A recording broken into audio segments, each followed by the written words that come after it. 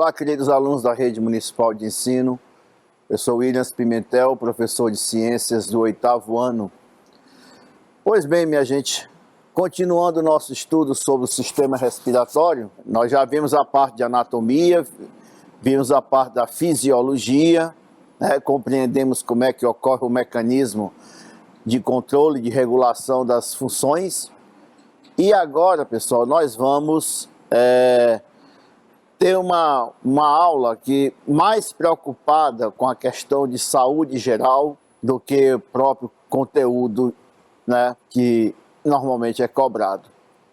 Porque válido para toda e qualquer doença, principalmente os problemas infecciosos, quanto mais cedo se descobre, quanto mais cedo você percebe os sinais de uma doença, de uma reação alérgica, mais chance você tem de tratamento e de cura dessa doença. Então hoje esse é o nosso objetivo, tá? Até porque o sistema respiratório, ele é um sistema que está em contato direto com o meio externo. Se vocês lembrarem da anatomia, nós temos as fossas nasais, por onde entra o ar. O ar, ele é uma combinação gigantesca de, além dos componentes naturais que ele possui, também de substâncias tóxicas, substâncias alergênicas, parasitas, protozoários, vírus, fungos, bactérias, que apesar de nós termos os nossos mecanismos de defesa nas vias respiratórias, principalmente, mas pode acontecer de você ter um processo patológico, você tem uma doença, tem uma alergia, entre outras coisas. Então, hoje, esse é o nosso objetivo geral, beleza? Falar sobre as doenças, doenças do aparelho respiratório. Bom, as infecções das vias aéreas superiores, tá? Aí você, claro, que você vai se encaixar em alguma delas ou em várias delas, Eu, por exemplo, já olhei aqui, já achei de cara umas 3 que eu tenho. Então, nós vamos falar um pouco sobre as rinites, sinusites, faringites, tonsilites, que pode se chamar também de amidalites, adenoidite e laringites, A rinite são as infecções na cavidade nasal, sinusite são as infecções nos seios, seios faciais ou paranasais, a faringite, infecções na faringe, e aí segue, Infecções na tonsila ou nas amígdalas, adenoide na adenoide e laringite, infecções na laringe. Então vamos ver aqui cada caso. A rinite, ela é uma espécie de inflamação aguda e infecciosa que atinge a mucosa do nosso nariz, internamente, portanto, e que pode ter origem infecciosa, quer dizer, causada por um agente biológico, ou pode ser alérgica. Por exemplo, a rinite viral, que está associada ao resfriado comum, é causado por um tipo de vírus, é altamente contagioso e é uma doença que ataca as vias aéreas superiores, É muito comum na infância, lá na primeira infancinha, que tem muito corrimento nasal da criança. Já a rinite alérgica, ela é causada por chamados agentes alergênicos, que são substâncias ou estruturas que possam desencadear uma alergia na pessoa. Por exemplo, grãos de pólen, o ácaro, pó, fuligem, Mas também pode ser provocado por reações químicas, com agentes ambientais, como produtos químicos, por exemplo, detergentes com cheiro muito forte, cigarro, remédios, etc. Tá? Entre os sinais e os sintomas de uma rinite, você tem, primeiro, congestão nasal, o nariz fica entupido, irritação, que leva você a ficar coçando o nariz, espirro, lacrimejamento, indisposição, que é a tosse, e a rinorreia, que é a dor característica da rinite e que pode levar também a apresentar inflamação dos seios nasais. A sinusite, ela é um problema crônico, dos seios nasais. Se você for olhar aqui na imagem, essas regiões que eu estou passando aqui o cursor, representam exatamente esses seios paranasais. Por isso que quando você está com com a crise de sinusite, ó, fica aqui a testa, essa parte da maçã do rosto, tudo dolorido. É uma inflamação nessa estrutura facial, certo? Que pode levar a alguns sintomas característicos, né? Pressão no rosto, né, na área afetada, dor, secreção nasal purulenta, não é uma secreção de muco, é com pus, né? Tosse, ronquidão, dores crônicas, né, que não passa, fadiga, né, obstrução nasal, diminuição do olfato, do paladar e sensação de enchimento do ouvido, aquela como se tivesse alguma coisa empurrando o ouvido de dentro para fora, que já é uma consequência do processo inflamatório. São doenças que você convive com ela. E para você ter menos crise, você tem que evitar situações que possam levar você a desenvolver crises, né, com essa patologia. A faringite, tá? A faringe, olha aqui no fundo, aqui você tem a língua embaixo, aqui você tem o palato, o céu da boca, aqui a úvula, que o pessoal chama de campainha, e aqui atrás você vê bem vermelho, né? Olha a vascularização aqui, ó, tá? E bastante inchado ao redor, é a região da faringe. As dores de garganta, como costuma chamar, certo? Corresponde a infecções causadas por vírus, né? 70% dos casos. E aí você percebe isso com as amígdalas ou tonsilas, né, em membrana faríngea, avermelhadas e bastante inchada, tá? Os linfonodos, que são as estruturas de defesa da nossa região do pescoço, bastante inflamadas e aumentadas, febre, mal-estar, tá? Ronquidão, tosse, rinite. Esse processo normalmente ele dura de 3 a 10 dias, depois o próprio organismo se encarrega de produzir anticorpos para resolver o problema. Se a coisa se agravar, logicamente que tem que procurar um médico para tratamento específico. A tonsilite, que seria o termo técnico adequado, né, ou amidalite, como é mais conhecida, é uma inflamação das amígdalas. Observem na imagem, ó, essa região aqui, que são a região das amígdalas, olha essas placas aqui formadas, né, indicando um quadro infeccioso e bem inchado, tá? Geralmente é provocado por bactérias da Streptococcus. E você tem a adenofagia, né, essa sensação difícil de engolir, febre, ronquidão e disfagia. A adenoidite, né, nós temos um outro linfonodo aqui na nossa faringe, né, chamada adenoide, tá, que também sofre, tá, com agentes externos, geralmente causado por agentes infecciosos, tá? E aí você tem essa doença geralmente associada à tonsilite ou amidalite. Tá? Os sinais, você não consegue respirar pelo nariz, passa a respirar mais pela boca, tá? Secreção auditiva, tá? São regiões muito próximas, resfriados frequentes, bronquite, que é a inflamação do canal dos brônquios, respiração fétida, com mau cheiro, por conta do processo infeccioso, comprometimento da voz, respiração ruidosa e obstrução nasal. Daí o fato da pessoa respirar pela boca.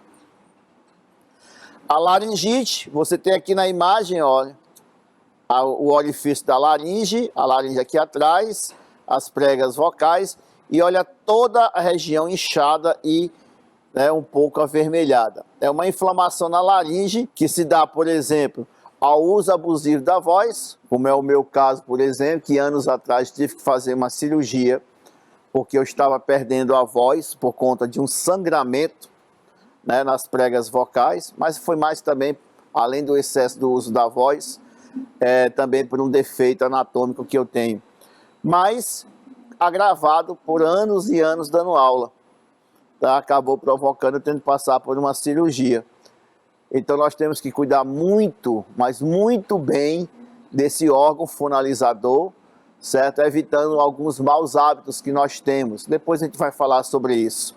Exposição à poeira, produtos químicos, fuligem, né? Faz parte do quadro que ataca essa região do trato superior e acaba provocando essas inflamações. Ela é provocada geralmente por agente viral, tá? E o quadro infeccioso está associado à exposição súbita de alterações de temperatura, que também está muito associado à nossa vida como profissional de educação. A gente está no intervalo com determinada temperatura, ou chega no local a temperatura elevada, com as salas com ar-condicionado ligado, com temperatura baixa. Então esse choque térmico maltrata bastante as pregas vocais e a laringe, tá? Beber pouca água, né? Falta de umidade do ar, tudo isso nos afeta. Então a época do ano em que os professores sofrem um pouco mais é agora, durante o BR-Obrol. Temperaturas altas, umidade baixa, choque térmico, tudo associado a dar problema de voz com inflamação da laringe, né? Comum no inverno, né, a forma viral e é de fácil transmissão. Bom, a traqueobronquite, aí já vai descendo o trato respiratório, né? A inflamação da mucosa da traqueia, vocês podem ver aqui, né, nesse desenho, um inchaço e um vermelhidão no tubo da traqueia com o aumento da secreção mucosa, porque é uma forma do organismo se defender, aumentando a produção de mucosa. Então, o que acontece é um processo secundário, quer dizer, oriundo de uma outra infecção que atinge o trato superior e acaba refletindo na traqueia e um pouco nos brônquios. A bronquite é um processo inflamatório dos brônquios, né, que leva à obstrução do canal, certo? Das vias respiratórias, com o aumento da secreção de muco. Geralmente isso é provocado por músculos que, estimulados, por exemplo, por agentes alergênicos, provoca a diminuição do canal de passagem de ar com o aumento da secreção. Isso pode provocar interrupção da passagem de ar e levar a pessoa a crises, né? Como, por exemplo, crises asmáticas. O asma, né, é o estreitamento dos brônquios, quer dizer, a parede dos brônquios diminui por conta da estrutura muscular que diminui o canal, dificultando seriamente a passagem de ar. As crises, né, pode provocar o que nós chamamos de edema de glote, o que é muito perigoso, porque a passagem de ar pode vedar completamente e a pessoa ficar sem poder respirar, tá ok? Os fatores de risco são alergia, exposição crônica a substâncias irritantes, aéreo, esforço, estresse, né, refluxo gástrico também pode provocar isso, tá certo? E em muitos casos, as pessoas apresentam o que a gente chama de asma relacionada de fundo emocional, né? Quando ela está em situação de estresse, ela tem falta de fôlego, porque os músculos se contraem e fecham o canal dos brônquios. O efizema. Bom, o efizema, ele é um caso mais sério, tá? Ele é uma distensão anormal dos espaços aéreos, certo? Das paredes dos alvéolos pulmonares. Os alvéolos pulmonares, pessoal, são estruturas onde ocorre a hematose. Então, danos nessa área pode provocar problemas irreversíveis, porque o nosso organismo ele tem uma propriedade muito grande, né, de regeneração anatômica, quer dizer, uma região provocado, que tem uma morte de uma parte do tecido ou do parênquima pulmonar, há substituição por tecido fibroso, quer dizer, para manter a integridade anatômica. Mas aquela área formada por tecido fibroso, ela não vai exercer mais a função. Por isso que no efizema, à medida que vai evoluindo a destruição dos alvéolos, a anatomia do pulmão é preservada, mas a pessoa vai perdendo a capacidade respiratória. E aí vai cada vez mais aumentando a dificuldade de respirar. Os fatores de risco é o quê? Uso de cigarro, tá? E uma predisposição genética. Aqui, gente, nós temos um desenho mostrando, prestem bem atenção aqui embaixo. Aqui você tem alvéolos pulmonares normais, com a coloração normal, e aqui você tem os alvéolos efizemáticos, tá? Observe que eles têm uma coloração diferente. E aqui é uma imagem do pulmão com essa área toda com efizema.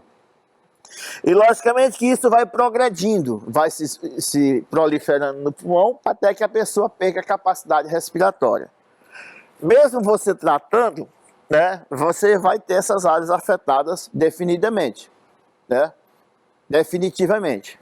E somente graças à nossa capacidade de adaptação às situações, né, que nós podemos conseguir recuperar parcialmente o processo de trocas gasosas.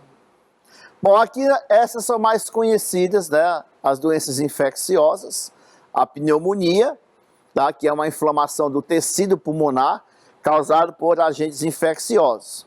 Nós temos alguns tipos importantes. Por exemplo, a pneumonia adquirida na comunidade, ela pode ser diagnosticada até nas primeiras 48 horas de hospitalização. A pneumonia adquirida em hospitais, tá? Que é causado por infecções hospitalares, né? Também provocado o uso de corticoides, quimioterapia, depressão nutricional, antimicrobianos, ventilação mecânica prolongada, que a pessoa é entubada. Tudo isso pode levar a essa pneumonia adquirida hospitalar.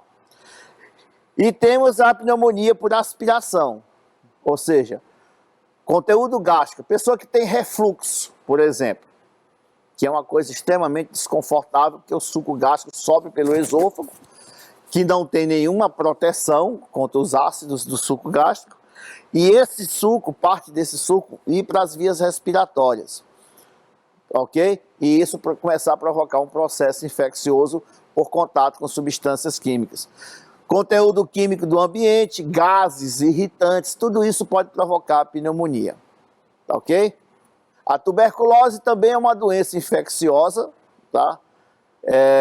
E grave, tá? Normalmente ataca os pulmões, mas ela pode evoluir, como costumam dizer, para as meninges, pode evoluir para os rins, para os ossos, para os linfonodos, que é chamado de tuberculose extrapulmonar. Não é muito comum de a gente ver o histórico disso, a gente ouve falar mais da tuberculose pulmonar, mas pode acontecer, tá ok?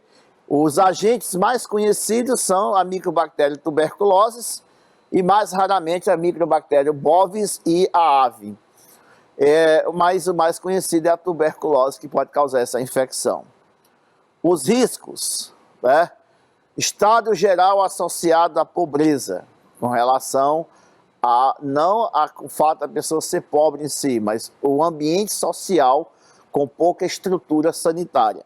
A desnutrição, que deixa o sistema imunológico fragilizado, a aglomeração de pessoas, se a pessoa estiver infectada, rapidamente ela pode transmitir através de sua saliva essa bactéria para outras pessoas, habitação precária, inadequado cuidado com a saúde, a pessoa que não se cuida, não tem ações preventivas, tá? E problemas com o sistema imunológico. Por exemplo, o portador do HIV, né?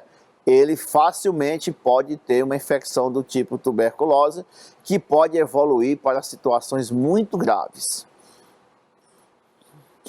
Aqui mostra, pessoal, uma radiografia de uma pessoa com tuberculose. O pulmão sadio está aqui nessa parte escura, tá? Essa parte aqui clara, que está mostrando nessas setas, indica exatamente a área que foi afetada, o tecido já morreu, e tem um tecido fibroso. Como ele é mais resistente, ele reflete mais o raio-x e fica clarinho, ó. Toda essa área foi afetada pela tuberculose. É assim que o médico identifica os problemas de tuberculose através da radiografia. Um outro problema é a embolia pulmonar. Talvez esse não seja tão conhecido, mas ele é bastante grave quando ocorre. É a obstrução da artéria pulmonar ou dos seus ramos, quer dizer, dos vasos mais finos que partem dela, por coágulo de sangue, tá? Ou então por bolhas de ar, certo? Bolhas de ar, gordura, então o coágulo de sangue líquido amniótico quando a criança nasce, por isso que é importante quando a criança nasce desobstruir, né? Às vezes a pessoa acha até uma maldade quando o médico pega uma espécie de conta-gota maiorzinho assim, enfia no nariz da criança e aspira aquele líquido amniótico, que aqui dali ele pode provocar uma embolia pulmonar, tá? Gorduras, tá? Gotas de gorduras que se acumulam por conta da pessoa ter uma alimentação inadequada. O ar, ele é mais comum em pessoas que praticam mergulho, que eles estão numa situação de grande profundidade. Se ele subir rapidamente, os gases que estão comprimidos no sangue, ele pode se expandir, formar bolhas de ar, que quando chega nos pulmões, os vasos mais finos, ele entope a passagem de sangue e impede a passagem de sangue. Então ele é um distúrbio comum associado a traumas, também pode provocar isso, né? Porque provoca a formação de coágulo, cirurgia ortopédica, abdominal, ginecológica, tá? Gestação, que eu já falei, tá? Imobilidade prolongada, tudo isso pode provocar paralisia, por exemplo, pode provocar essa embolia pulmonar.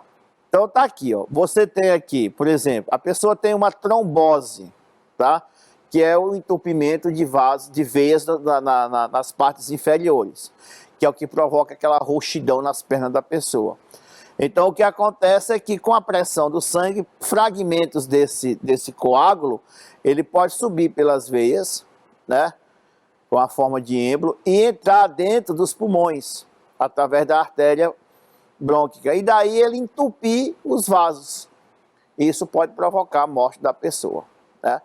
Repito, também vale com líquido, gordura, com ar, também tudo pode ser provocado, pode provocar essa embolia, tá? O derrame pleural, ou pleurite, tá? É o acúmulo do líquido, porque entre o pulmão e as costelas, existem duas membranas, chamadas de pleura, que é uma membrana que reveste externamente o pulmão. E entre elas existe um líquido. Esse líquido é importante para quê? Para ajudar na expansão dos pulmões na hora dos movimentos respiratórios e também para diminuir o atrito, certo, do pulmão com os outros órgãos que estão próximos. Então esse líquido pleural é muito importante. O que pode causar isso é processos infecciosos secundários, como por exemplo, insuficiência cardíaca, né, congestiva, que é o ICC, embolia pulmonar, tuberculose, pneumonia, infecções pulmonares virais, câncer, que aumenta a secreção desse líquido. E o aumento da secreção desse líquido, como está aqui nesse desenho, vai provocar o quê? Uma pressão nos pulmões. Então esse pulmão, cada vez mais, com o acúmulo desse líquido, ele vai tendo dificuldade em se expandir. E a capacidade respiratória da pessoa vai diminuindo. Emergencialmente a pessoa tem que fazer uma pequena cirurgia para colocar um dreno para tirar esse líquido, porque senão o pulmão para de se expandir e a pessoa pode vir a falecer. Então você tem alteração no ritmo respiratório, tosse, febre e dor no peito, né? Dor torácica. Olha só esse caso aqui, ó, né? A diminuição do volume pulmonar por conta do derrame pleural. Bom, e aqui, gente, algumas dicas importantes para você ter uma saúde respiratória melhor, né? Primeira coisa, hidratação do corpo, beber bastante líquido e aqui em Teresina em especial, por conta do BR-Obró, mais água ainda, né? Pessoal, mas eu não sinto sede, beba às vezes mesmo sem sede. Você precisa manter o corpo hidratado para todas as funções do corpo. E também, principalmente, que nós estamos falando agora, né, da produção de muco, precisa de água. Tá? Respire ar puro, né? Procurar um ambiente aberto, com muita vegetação, para você respirar um ar de qualidade, com menos poluentes. Né? Procurar, de vez em quando, procurar um ambiente bastante limpo, né? Para poder ter uma oxigenação de maior qualidade. Evitar os ácaros, né? Que são pequenos artrópodes que vivem no ar-condicionado, no colchão da cama,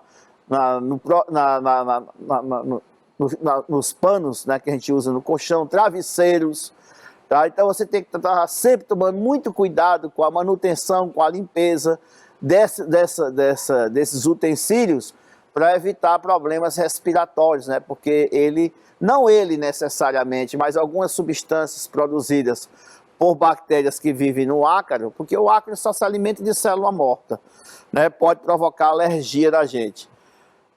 Respirar pelo nariz, preferencialmente, porque pelo nariz, eu já expliquei para vocês, o ar é aquecido, é umedecido e filtrado, o que não acontece quando você inspira pela boca. Lavar bem as mãos depois de ir ao banheiro, antes de fazer as refeições, porque levando as mãos ao rosto, você pode estar levando micro-organismos, agentes patógenos, alergênicos, tudo para a sua via respiratória. A vacinação. Mantenha o seu caderninho de vacinação atualizado. Está lá, desde o momento que você nasce, está lá um monte de vacinas que vocês vão tomar e parte delas está relacionadas com doenças infecciosas do sistema respiratório. Tá? Evitar aglomerações, aliás, principalmente neste momento que nós estamos vivendo, tá? Porque se tiver uma aglomeração com uma pessoa com uma virose, com uma gripe, um resfriado, uma tuberculose, uma pneumonia, elas podem passar facilmente para pessoas que estão sadias. Então, sempre que possível, evite aglomeração, principalmente em ambientes fechados. E adote uma alimentação saudável, né? Uma alimentação saudável ajuda todo o organismo, inclusive o nosso sistema respiratório. Então, meus queridos, essas são algumas dicas, alguns alertas que eu tinha que fazer para vocês. Essas doenças inflamatórias e infecciosas, todas elas podem ser tratadas, podem ser prevenidas, certo? Desde que descobertas cedo. E se tiver vacina, tome a vacina. Se seu filho pequenininho tiver ainda na época de tomar aquela série de vacina, leve ao posto de vacinação para tomar vacina. Não deixem esses cuidados para depois. Tá ok? Um grande abraço, espero que tenha auxiliado a vocês em alguma coisa útil do cotidiano, certo? E até a próxima aula, onde nós vamos falar sobre os exercícios. Tchau!